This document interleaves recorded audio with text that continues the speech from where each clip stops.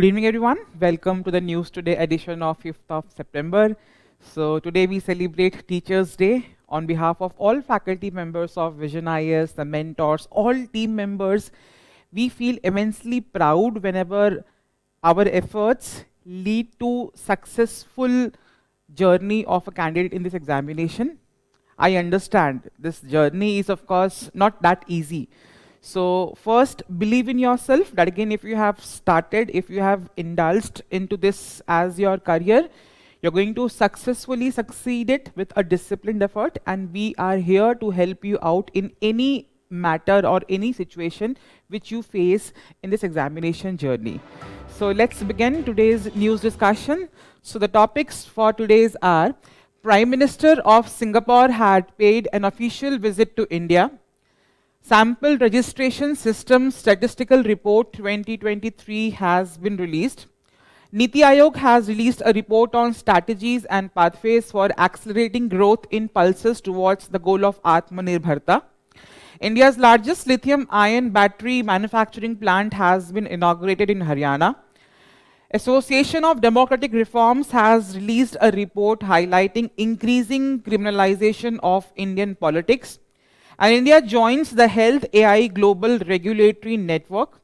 We're also going to discuss personality in news, that is Dr. Sarvepalli Radhakrishnan, along with quick updates for the day. So the very first news, again, we have seen that again India has been celebrating 60 years of its bilateral relation with Singapore, and this year has been a great deal with respect to relation with Singapore as a country. Very important for your topic of GS paper number 2 under the topic of India and its neighborhood. So in this, particularly the recent visit of Prime Minister of Singapore, we have discussed 8 core areas that we call as a comprehensive strategic partnership roadmap, which we and Singapore are viewing as a country in the next few years. That's an old idea. So in terms of the outcomes or the 8 areas where again we are having a strategic collaboration, the number one is of course economic and trade. So India and Singapore we had comprehensive economic cooperation agreement, that is CECA. It is basically a bilateral agreement between India and Singapore, where again we are trying to have a business or a relation or the trade relation, which is of course we do not have any much trade barriers. There are easing out of business rules, everything that is going to make sure. But we are going to have a third review of this, that is what has been discussed in this particular meeting. That again, with change in technology, there has been a lot of development which we have seen in the areas of trade as well. So we are going to review this particular deal, and also India has signed an agreement with ASEAN, that is ASEAN India Trade Goods Agreement. So in this particular agreement, India is also telling that again we need to review it because the policies of trade has been little bit biased towards India. So this is where on these 2 existing agreements, India is trying to review what are the possible ways in which we can enhance these 2 trade relations between India and Singapore, or India versus ASEAN. Then we are also, because again as I discussed again, semiconductors is a new diamond and the new crude oil of this particular generation of economy development. So we have also tried and discussed that again we are going to collaborate in the semiconductor manufacturing industry, and again it is also discussed that again we are going to integrate and connect the better capital markets. Again, the meaning of capital markets, it means for the businesses it would be an easy opportunity for businesses to invest in Singapore, or maybe investors from Singapore can easily invest in Indian stock markets. That has been the idea. Then we are also trying to build collaboration in the domains of space research as well. Then moving on to the areas of defense and security, which is very important component with the growing tensions around the world. We have discussed that again it is no longer, defense is no longer only war by using guns and let's say missiles and tanks. the new defense or the new warfare has started with a revolution which has been seeing around the domains of artificial intelligence, quantum computing. So in these areas, we are going to deepen the research so that again, we are well ready as a country where again, any security threat which we face in the domains of AI, quantum computing, drones and automation. And again, we have also talked about to fight terrorism together, specifically with the idea of cross-border terrorism. Then we have also discussed in the areas of digital cooperation. So again, we have a vision of digital India. So this is where we have also talked about maybe integration of all major sectors in digital domain, for example, the fintech, cyber security, defense finance. We have in fact UPI Pay Now has been will be expanded. What is UPI Pay Now? Let's say if you have a friend in Singapore or a relative in Singapore, you want to send some money, so you can directly UPI that. That is the idea of integration in that particular financial domain as well. Then we have skill development. So very important sector for industrial growth and again growth of Indian economy. We have discussed the potential which the manufacturing sector has. So in this particular meet, we have also talked about that again, we are going to create a national center for excellence in advanced manufacturing, which will be set up in Chennai. It is going to boost Indian economy immensely because manufacturing sector has a lot of role in the ideas of employment generation, and with employment generation, a lot of problems in the economy could be solved.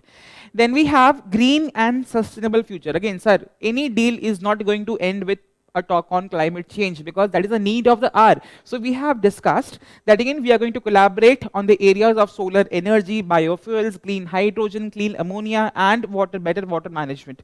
We have also talked about to create a green and digital shipping corridor between India and Singapore port and Indian ports. That is the whole idea with respect to sustainable future or the green area.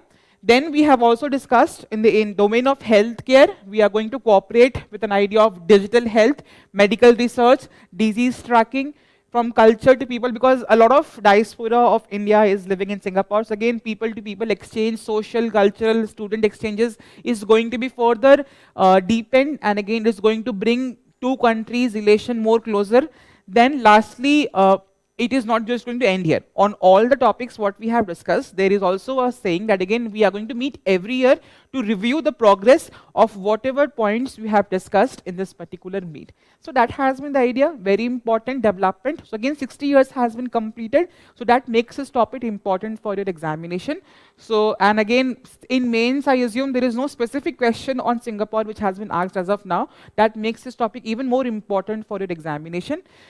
In general, in prelims, there was a question again because Singapore is a member of ASEAN. So again, the regional comprehensive RCEP often appears in news in the context of affairs of which of the following countries. Again, you're going to mention over here, tell me in comments what would be the answer. So again, the two trade relation, what we have discussed, that also becomes important as a question which could be framed in your prelims examination. Moving on to the next topic. So recently, Sample Registration Systems Statistical Report 2023 has been released. This report is basically released by Annual Demographic Survey by Registrar General and Census Commissioner of India. So a report has been released. Which body releases that particular report? That is very important because that is the nature of question which is asked generally in prelims examination. Very important topic for your GS paper number 1. Specifically topic of population and associated issues, and generally maybe in all topics where again we're discussing about any demographic, these data could be used to substantiate or validate your points. Let's see what this report has highlighted. This report has told about total fertility rate. Sir, what is total fertility rate? It basically means how many children on average a woman is likely to have in her lifetime. For example, we have discussed the idea that again, if examine that again, let's say a woman is giving birth to 2 children. So the idea is that she is giving birth to 2 children. So again, we have a population replacement ratio. That is, we call as replacement level is currently 2.1. The TFR of India is 1.9. So if 2 parents, let's say if they are giving birth to 2 children, so that is how they are replacing. If let's say in future, these two parents is going to replace by two childs what they have reproduced. So now currently India is having a TFR of 1.5, which is again giving an impression that again we are on a verge of a declining population. Clear? Again, basic states, Bihar has 2.8, Delhi has least 1.2. Then in terms of infant mortality rate, so what does it basically means? Below 1 years, out of 1,000 live births, how many child does not survive or they die? That is the idea of infant mortality rate. India has a rate of 25, which we have improved since 2018, which was 32. Chhattisgarh is the worst, followed, and the best is Kerala, which has only 5 IMR rate. Then we have under 5 mortality rate. Similarly, under 5 years of age, out of 1,000 people, 1,000 children, how many child die till they attain the age of 5 years? That is an idea. In this also, India has improved its position. If we have a under 5 MMR of, let's say, 29, and again, it is basically why? Because the whole idea of female infanticide, the whole idea of where again we have a lot of rules and regulations. So this is where we have seen that again fewer girls are dying below the age of 5 years. That has led to an improvement in this particular aspect. Then there is also an idea of crude birth rate.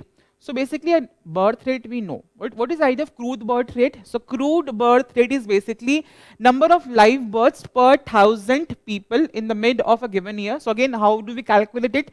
By dividing number of live births by the mid-year population of that particular year into 1,000. So why do we call it crude? Crude basically is an expression that again we are not, this is not giving a demographic representation with respect to the data. It is not telling that again the population, maybe how many girls are there, how many boy child are there. It is just giving a crude example or crude data of how much population is increasing. So again in that India is having 18.4, Bihar has the highest 25.8 and lowest is Tamil Nadu 12.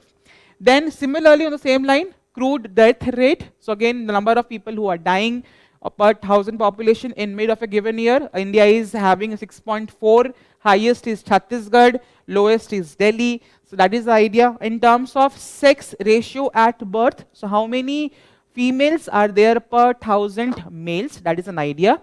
So India has improved its position. We are having 917 as a sex ratio, which is slightly better than the earlier, that was 914.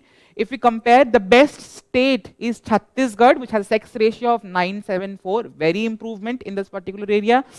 Worst is Uttarakhand with 868 only. And in fact, if we compare urban and rural sex ratio, in urban areas, the sex ratio is 925 and in rural areas is 914, though it was very much poor, but we have improved in rural area as well. So this is a basic finding of this particular report. Again, these kind of data you can use in answers to certain questions in mains examination, and generally they can ask about what do you understand by total fertility rate. They can ask you some basic questions around the concepts in prelims examination as well. Any question which has been asked again. So these kind of questions you can use the data. For example, the question around the topic of empowering women is the key to control the population growth. You can use the data around the idea of sex ratio or maybe urban rural sex ratios. Critically examine the effect of globalization on aged population of India. We can discuss an idea of, let's say, a crude death rate over here. Then discuss the main objectives of population education and point out measures to achieve them in India. We can discuss about these kind of survey which is giving us an idea, so that again how better policy can be framed with the changing trend around the population or the census is what we have observed. So again, this is where you can use such data as an examination. Moving on to the next topic. So Niti Aayog has recently released a report on strategies and pathways for accelerating growth in pulses towards the goal of Atmanirbharta. So again, pulses, the dals we eat. So different kind of pulses are there. So again, Niti Aayog has discussed again how we can improve the pulses production in the country, which is again going by the idea of self dependence, and again going with the idea of Atmanirbhar Bharat, very important topic for your GS paper number 3, that is the topic of agricultural economics. So basic data around pulses in India.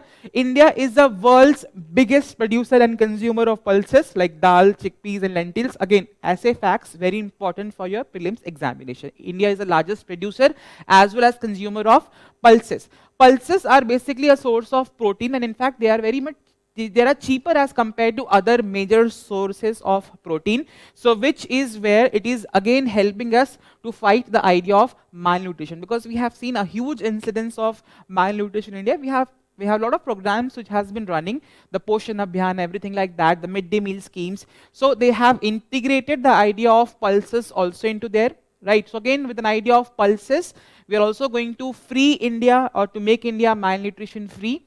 Then in agriculture, maybe they have pulses growth is improving the nitrogen fixation of the soil in a natural manner, which you must have read in geography or environment. There is a reduced need for chemical fertilizers because they can sustain off their own. They do not require chemical fertilizer, which is making it a very clean source of production.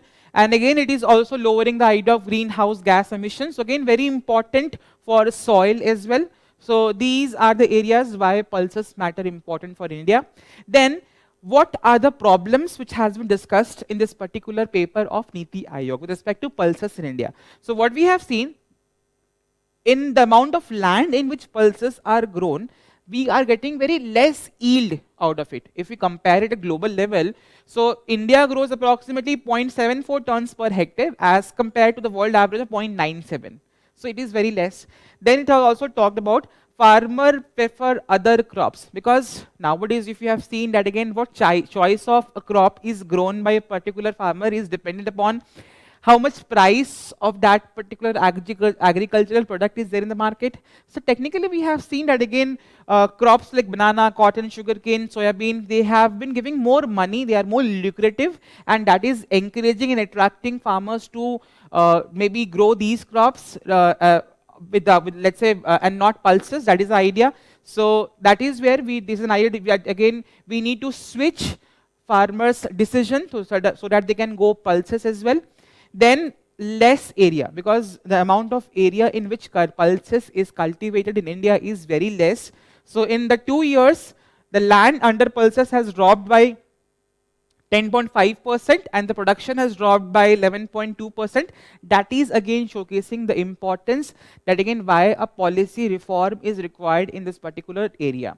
Then it is a rain-fed crops. It requires rain. And again, we've seen that again how the monsoon season of India has been very erratic. So again, this is one major environmental factor which is again leading to a problem in pulses cultivation. Then this report has given us strategies that again how we are going to diversify or maybe become Atmanirbhar in this whole pulses production. So number one, they have talked about horizontal expansion. There are two domains, horizontal expansion and vertical expansion. In horizontal expansion, we are focusing on increasing more number of land in which pulses are getting cultivated. So in this, we have used, let's say rice is being grown. So whenever rice has been cultivated, the time which we have after rice cultivation before sowing the next sowing season, we can use that period to grow pulses. It has also talked about the idea of intercropping. So again, as I discussed, there are few farmers are very much lucrative for growing sugarcane, cotton, because they have a huge amount of demand and price is good as compared to pulses. So this is where intercropping can be done, because why? It is also going to fixate nitrogen, the soil quality is also going to get improved. That is where awareness has to be generated to farmers as well. Then we have changing cropping system. So again, like rice, wheat is a traditional way. So again, we need to integrate pulses into the whole domain of cultivation. And then very important, they have talked about quadrant strategy. So again, all districts in India which are growing pulses are not going to be seen through one lens. One shoe size fit all approach is not going to work here. So they have discussed that again we are going to create 4 quadrants, that is 4 squares, and we are going to divide the entire districts of India who are producing pulses in these 4 quadrants. First quadrant, basically areas or districts which has high yield, high area under pulses, and they also give high yield. So again, we do not require much intervention. We require that again how cold storage facilities can be improved, how better maybe we can integrate it with the market. So such strategies should be applicable to these districts. Then some districts have high area under pulses cultivation, but again the yield is very low. So again, this is where we need to focus on how we can increase the yield in that particular district. Then there are some areas where again low area is cultivated for pulses, but again they're giving high yield. So again, these are the potential areas. In these areas, we need to increase the amount of land here so that again the high yield can be maybe expanded. And lastly, there are low area under pulses, some districts, and they also give low yield. This is where a strategic intervention has to be done so that to increase the land cultivation along pulses along with the idea of improving the yield. That is an idea of horizontal expansion. Then we have the idea of, let's say, vertical expansion. For example, we need to expand the productivity of pulses which are grown in those lands. So again, how we can do that? We can use better seeds, modern machinery, again the traditional ideas, again the basic ideas around agriculture, good farming practices. All of these examples can be used generally also, maybe in the topics of agriculture whenever we talk about increasing productivity in agricultural sector. Then improving stress management against pests, diseases, climate shocks by increasing what? Climate resilient seeds variety. Then we have again talked about the idea of varietal development, because we have seen, again, as I discussed, the use of biotech or maybe BT cotton, BT brinjal. So again, in this area, we can also talk about integration or increasing the variety of seeds of pulses, which is again going to be becoming climate resilient, pest resilient, faster growing and nutrient rich. And lastly, we are also going to improve the seed quality, and again, farmer can easily access those seeds which they are going to sow in order to produce pulses. In this, we have integrated the idea of one block, one seed village, which is of course going to be run by farmers producer organization, where again farmers can go and collect good quality of seeds, provide high quality seeds, treatment kits, subsidies, and ensure traceability of this particular pulses. So that is a very good idea around the topic of pulses. Then any question which has been asked around this particular topic. So in general, again, a topic of agriculture, but again, let's see here. Maybe they're asking with reference to pulse production in India, consider the following statements in 2020, because as you're reading pulses, you are reading it both in geography as well as in economics, right? So again, basic, that what kind of crop it is, kharif crop, rabi crop, right? Green gram, again, a basic idea. So again, all of these questions around the topic of pulses have been there in examination. Please tell me in comment what would be the answer of this particular question. In general also, whenever a particular agricultural product, India stand over there in terms of export, in terms of consumption, in terms of production, right? Basic ideas around what kind of crop it is, kharif, rabi, what kind of soil it requires. So basic details you are going to know, which is going to help you in these kind of questions in prelims examination. Then we have the topic of India's largest lithium-ion battery manufacturing plant has been inaugurated in Haryana. Very important development around the topic of lithium ions. So why it is important? Because this inauguration of this particular plant is going to help India to produce maybe 20 crore battery packs every year. Again, it is going to, of course, 40% of India's total need is going to be covered by this particular plant. So very important major development. And again, in general, if factories are there, it is also going to take up a lot of problems around the topic of unemployment, development around the area, right? So, and it was set up under a broader scheme of government, that is electronics, manufacturing and cluster scheme. We are going to discuss that as well. What are basically lithium-ion batteries? So these are the batteries which you use in your smartphones, your laptops, right? So how exactly they function? So lithium is the raw material which is being used. And it is also discussed as a critical mineral, right? So basically in this particular battery, in every battery, there are two sides, positive and negative. In the negative side, we have graphite. In this positive side, we have lithium metal oxides. And between these two positive negative sides, lithium ion move And this movement of lithium ion generates energy, and that's how energy is getting produced, right? So this is how lithium ion batteries are working. Then in general, where are they used and what are the benefits? Again, very high energy storage. Of course, the mobile phone batteries is very small, but again, you can use up to, maybe some phones use up to 24 to 48 hours as well. That shows that how much energy this are storing with a smaller size. Then we have lightweight, and again, lithium is the most lightest weight element or metal. So this is where it is much lighter than other lead batteries. Then we have, again, less toxic as compared to other metals inside, and it is very reliable because of long life, quick charging, stable performance around. These are the benefits of lithium ion batteries. But what are the challenges which India face in generally with respect to lithium ion battery manufacturing? That's an important topic. So import dependency. China has been dominating the lithium ion battery production and battery making in general. And this is where India has been importing a lot in terms of that. For example, 1.2 billion we have imported lithium ion batteries worth in the last 4 years, with a growing idea of tariff wars. And this is where we are, the Prime Minister has talked about vocal for local, right? This is where indigenization, Atmanirbharta, is not only seen in fact, it is seen in every sector of the economy, starting with agriculture. We discussed around the topic of pulses, in this semiconductor also, now lithium ion batteries as well. This is where we are becoming a self-reliant country. Then safety issues, because we have seen, many times you have seen that again how two-wheeler electric vehicle batteries have catched fire during summer season. So again, one major challenge is that they can catch fire easily or explode if they are getting damaged. The next problem is environmental concerns, because this mining of lithium requires a huge amount of water.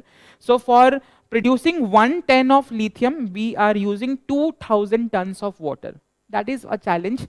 And lastly, again, the whole idea of disposable of batteries. So India lacks enough recycling plants for older batteries. How we are going to recycle them? That is where you see now how mobile phone, laptop batteries are maybe not reused, and we require more such factories so that again they can be reused, and again going to benefit the whole idea of environment.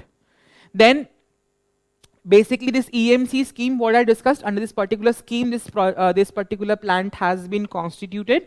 So this was started by Ministry of Electronics and IT in the year 2012. So again, the idea is to build infrastructure to attract investment in electronics manufacturing. So again, this is where lithium-ion batteries, and again, a source of a lot of raw materials or as a component in this electronic sector. So funding is being done. Again, whenever you read projects in newspapers, you must be coming across two terms: brownfield projects, greenfield projects. So any project which is starting from the very scratch, these kind of projects are called as greenfield projects. Any existing area where again we are redeveloping or we are doing something extra on an existing project, basically these kind of projects are called as brownfield projects. So again, this is a very layman explanation. There are few more details. So that is a basic idea you need to understand to differentiate between a greenfield and a brownfield project. So in greenfield, which are going to be new sites, in government is going to pay 50% of the cost. And again, in brownfield projects, which are existing sites, government is going to pay 75% of the cost. So this is where, as coming under this particular scheme, why it is important for India. Because it is going to reduce India's import of lithium-ion batteries. It is going to boost the idea of Make in India. It is going to boost the EV sector, electronic vehicle sector of Indian economy. Again, the idea of digital growth, because these are used in semiconductor industries as well. And it is moving India closer to becoming energy independent. Very important topic. So again, as we are discussing lithium here, so again, one question was around the topic of lithium, because if you understand in prelims, we have a topic of basic sciences. You're going to read about basic physics, chemistry, and biology. So again, whenever these kind of metals comes up in use, you read basic physical properties and chemical properties, basic ones, not much detail. And this is where a basic NCERTs of 9th, 10th in chemistry is going to help you out. So again, the question: which of the following pairs of metals constitutes lightest metal and heaviest metal respectively? Again, though old question, but again, These kind of questions could be there in examination from the topic of basic sciences, right? So tell me in comment which is the lightest and the heaviest. So again, I discussed lightest is lithium. Tell me which is the heaviest one. Is it osmium or is it mercury? Then the next topic is association of democratic reforms has highlighted the increasing idea of criminalization in Indian politics. Again, a topic very important for your GS paper number 2, as well as in the topic of ethics and integrity GS paper number 4, right? So this topic is, this body is very important. We have discussed very recently, there was a bill which was passed, or which was in fact introduced in the parliament, which talked about maybe removing certain ministers, prime ministers, chief ministers, if they are maybe getting arrested for a continuous period of 30 days, right? And that is the idea. Basic mode it is key for any offense which is again punishable up to 5 years of imprisonment. So this is what, and a lot of debate around the topic was there. So that has led, and again we have been discussing the idea of, the whole idea of criminalization, what we have seen in politics. That is where this report has been telling that again, this body has studied minister backgrounds across different states, UTs and central government, and they have given a report. And you will be very much surprised that out of 643 ministers what this report has studied, out of them 47%, that is almost half of them, have criminal cases filed against them. And that does not stop here. If you look at, out of those, 27% of the ministers face serious criminal charges like murder, attempt to murder, kidnapping and crime against women. That is again showcasing the idea again how we have, or the idea of criminalization which is there in Indian politics. So what are the effects and what are the causes? Let's discuss. So in terms of causes, basic idea, because the time of elections we are very much aware what happens. Number one is the muscle power which is being used by political party members and political leaders many a times. So politicians use criminals to scare and influence voters with fear and money. A lot of money has as a power or as a tool is used in this politics altogether, because that makes the whole idea of election become very costly. Illegal funding, corruption become very common after election process. Then we have identity politics. Even if, let's say, if you understand, let's say if you are going to vote, if you know a particular person is having a criminal background, he has some case against him, will you vote for that particular person or not? But we have an idea, again an idea of identity politics. People vote on the basis, on the lines of religion, on the lines of caste. So that is overshadowing the whole idea of criminalization of politics. We are not seeing whether that person is a criminal background or not. We are only seeing whether he belongs to our caste, our religion or not. And that idea has to go out from the minds of voters. Then lastly, weak system. Because technically we have a lot, not strict laws with respect to the idea of criminalization of politics. We have slow courts, weak laws, poverty is there, illiteracy is there. All of these is making very easy for criminals to enter the domain of politics. What kind of implication or impact it creates in generally in the Indian political system? Number one, democracy is going to weaken down. If criminals are there as maybe the organs of the state, how can you expect maybe democracy to be running in a fair manner or in a free manner? That's an idea. Then justice is going to suffer, because if leaders which are from criminal background, how can we expect justice to be given to common people, right? And lastly, it is going to create a very wrong image around people of the country, that again it is not going to be government of the people, but again it is risking of becoming government of criminals. So that is something which this ADR report has highlighted. Then what measures can be taken? So number one, in fact this bill what we have what was presented recently is one such step, but we are going to discuss what as of now is there. So under the Representation of People Act of 1951, it is disqualifying any convicted person who has been in jail for 2+ years, that they are banned, and they are banned till what point of time? After release they are banned for 6 years, not for lifetime. Again, after 6 years they can contest election. Then there are few Supreme Court judgments around the topic of this. For example, the ADR case of 2002, which discussed Candidates must reveal past and pending criminal cases when they file election. Lily Thomas case has discussed. Convicted politicians lose their seat immediately in the Supreme Court has discussed. Public Interest Foundation case 2018, Supreme Court has told political parties must publicize candidates' criminal records. So if a political party is giving ticket to a particular person, they should also tell that if that political candidate is having any criminal record or not. That has been the idea. Then, in general, a question, the topic of ethics is there, because see, it's often said that politics and ethics do not go together. What is your opinion in this regard? Justify your answer. In this, even if it's a question of ethics, you can talk about few steps, few suggestions which has been given by this ADR report, and what kind of criminalization in politics do we see, what are the reasons, what are the implications you can use in your answers in the question of ethics as well. Moving on to the next topic, India has joined HealthAI Global Regulatory Network. Again, this is the very first time India has collaborated in the artificial intelligence domain with a global institution, specifically in this health sector. So again, we are going to see what exactly is HealthAI, what do you understand by global regulatory network. A very important topic for you is paper number 2 and 3, 2 for health, social justice, 3 for scientific innovations and discoveries. So what exactly is this HealthAI? It is a basically an international non-profit group which is basically based in Geneva, that makes sure that AI, if it is used in healthcare sector, it is going to be safe and fair. Clear? That is the purpose of HealthAI, which India has joined. Then we have Global Regulatory Network. So basically, this is a group of countries working together to set global rules for AI in healthcare, because AI is not just developing in India, it is developing across the globe. So we need to have a common rules, common regulations, common grounds in which we are going to work with AI in healthcare. That is a group of countries who have joined this network, that is Global Regulatory Network.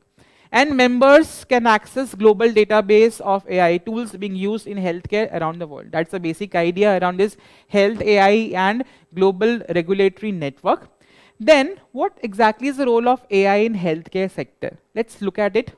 So number one, it is transforming healthcare delivery, because you've seen how immense potential AI has in terms of improving efficiency of work. So this is where it is helping doctors to handle aging patients. It is rising, for the rising cost, and using data for better care. For example, we can discuss AI can predict hospital bed shortage in advance. What was the one problem which we faced while during the COVID-19 pandemic?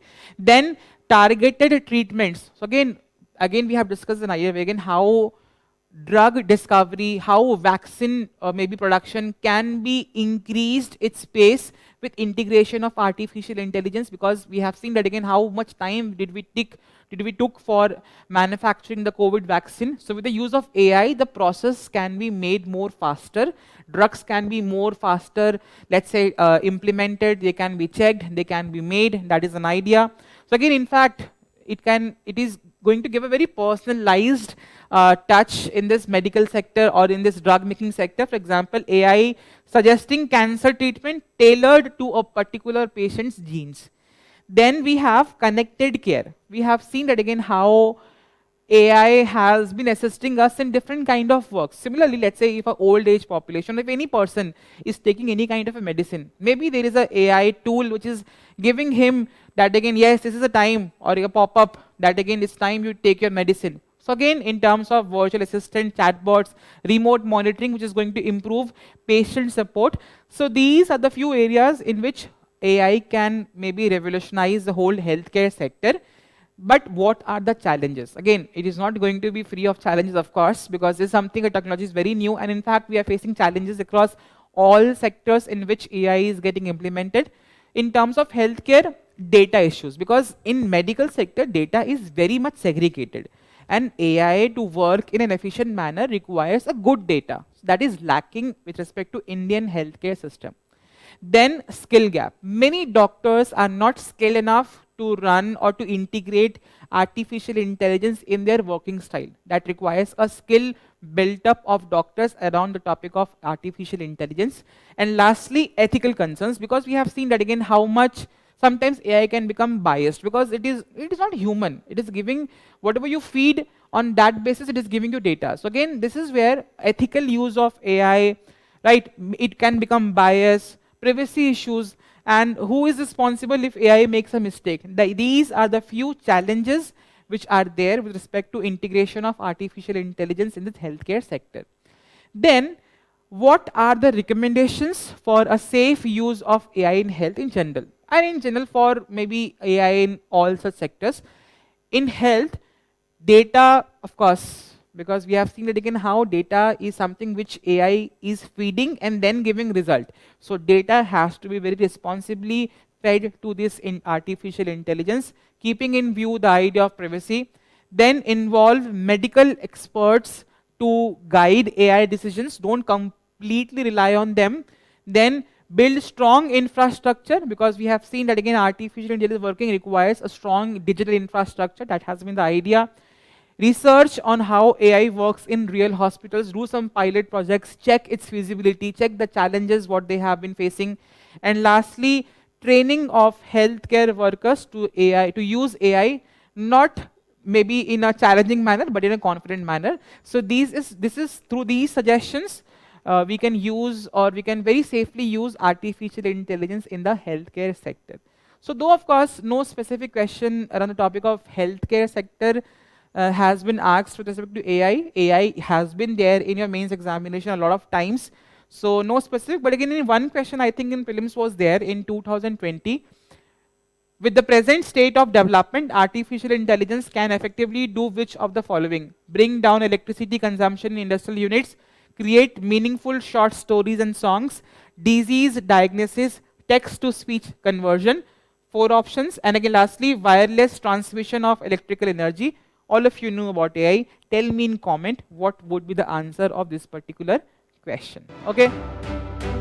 Moving on to the personality in news. Again, we are celebrating Teachers' Day today, and this is where we are celebrating the birth anniversary of Dr. Sarvepalli Radhakrishnan. That is why we celebrate Teachers' Day. So that makes again this personality as anyway important for the examination in the history, right? So he was basically a renowned Indian philosopher, who of course believed that education is a tool for transformation, which we can see in society in general. He was a professor of Eastern Religious and Ethics in Oxford University. He was delegate in the League of Nations of 1930s. He was an ambassador to USSR from 1949 to 52 after India got independent. He was the Vice President of India from 52 to 62 and President of India from 62 to 67. Important facts. This is somewhere because you have seen in history how chronological based questions are also asked around some personality, right? So read about him, very important personality. Major work includes, he have done immensely in the ideas of Indian philosophy, Hindu view of life, principle of Upanishads. His value includes wisdom, dedication, and East-West bridge, which he has integrated, right? Very important personality. Now moving on to the quick updates for the day. So all of you know about Project MOSM. So again, this is basically a tool in which we can better predict weather changes, what we experience in day-to-day life, because we have seen again how unpredictable weather has become these days. We are seeing incidences of flash floods, maybe landslides, and again monsoon has become very erratic.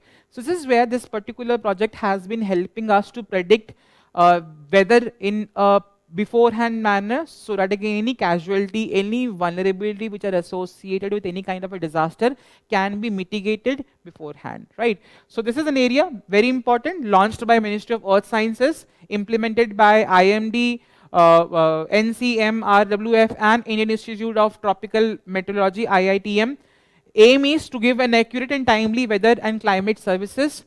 Focus sectors includes, because this climate and weather is depending a lot on agriculture, disaster management, and the ideas of rural development. Why it was in news? Because in Jammu and Kashmir, 4 new weather radars is going to be integrated, which is going to give this Mosam mission a more bandwidth, a more diversity to predict the upcoming changes in the weather. Impact, it is going to make smarter farming, faster disaster alerts, and safer communities. The next topic, methanodienone long-term metabolite. So again, you must have seen many times in sports persons many times go for some unethical measure. They use some performance enhancing drugs. And this is where there has been a lot of effort by, and again, how do people know? Because they go for testing. But once a person is getting tested for any drug or maybe any substance use for enhancing his or her efficiency, we need to know what kind of drugs, what kind of chemicals are being used, and that's where we need to have a reference material for having anti-doping test. If you're testing a particular person for on the charges of doping, you need to understand what kind of drugs, performance enhancing drugs are there. That is where we have a reference material. So it was developed by National Dope Testing Laboratory and NIPER Guwahati. So this particular methandienone long-term metabolite has been made by this particular body. Why it is important? Because it is detecting steroid methadienone use by sports person.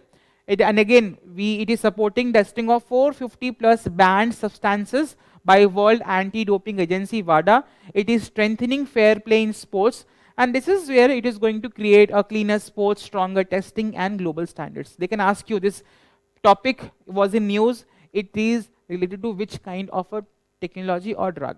Clear?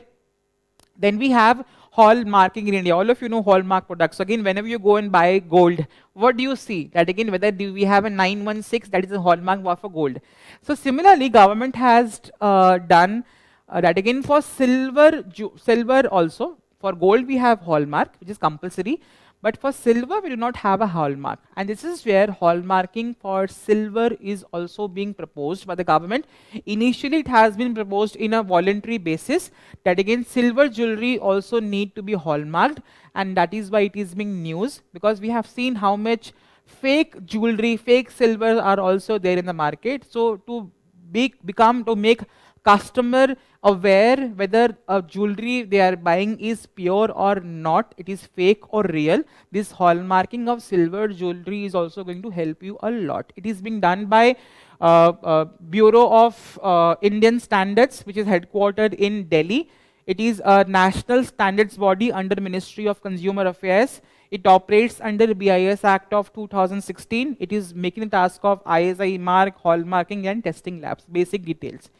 Then we have lives and Artha. Again, you have seen many times, we have discussed the idea of mining.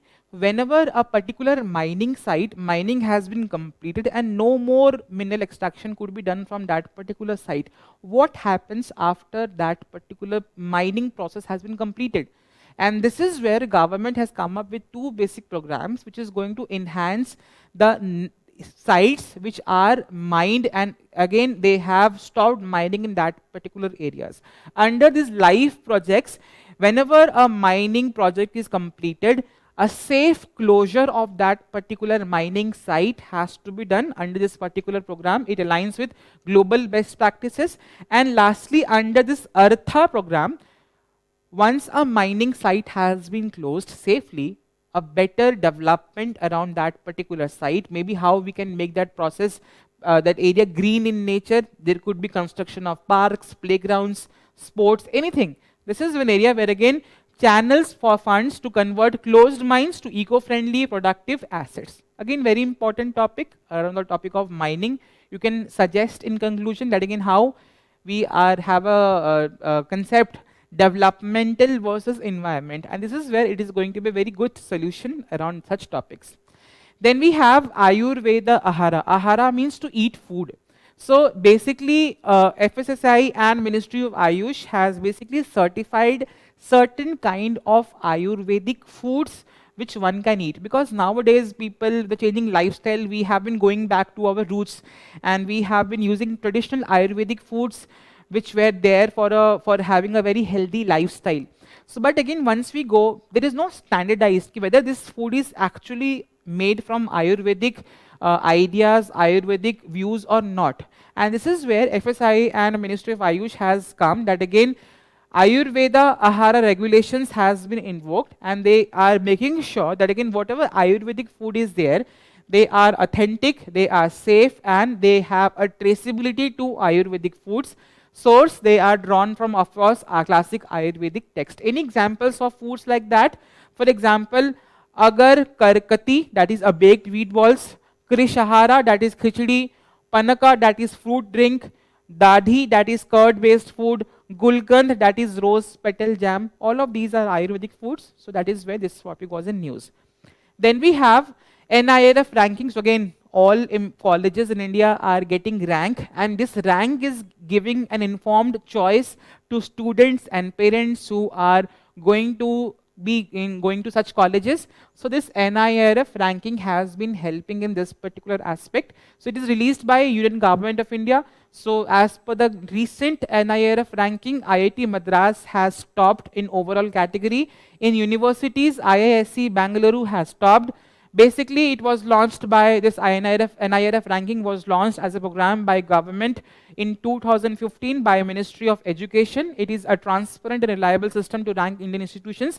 In these 4-5 parameters, these institutions are getting ranked: teaching, research, graduation outcome, outreach and inclusivity, perception. So these are the few areas around which universities are getting ranked. Then, lastly, of course, our Prime Minister is going to visit Manipur. So again, a peace pact with cookies zoo groups has been signed, that is suspension of operations. So again, these groups, basically cookies zoo, Zomi, Hamar groups, have been having a lot of clashes around the political or maybe the Indian government, and this is where a common ground, so that again we can come and talk together. So such suspension of any practices was done, and they have, under this ground of suspension, center, Manipur government, and all of these has come together. We are going to sit together, we are going to talk together, and we are going to solve the issue. This is where, so it was first time in the year 2008, it was renewed in recently 2025. Objective is to end any hostilities around the topic, start political dialogue, and seek solution with Indian Constitution.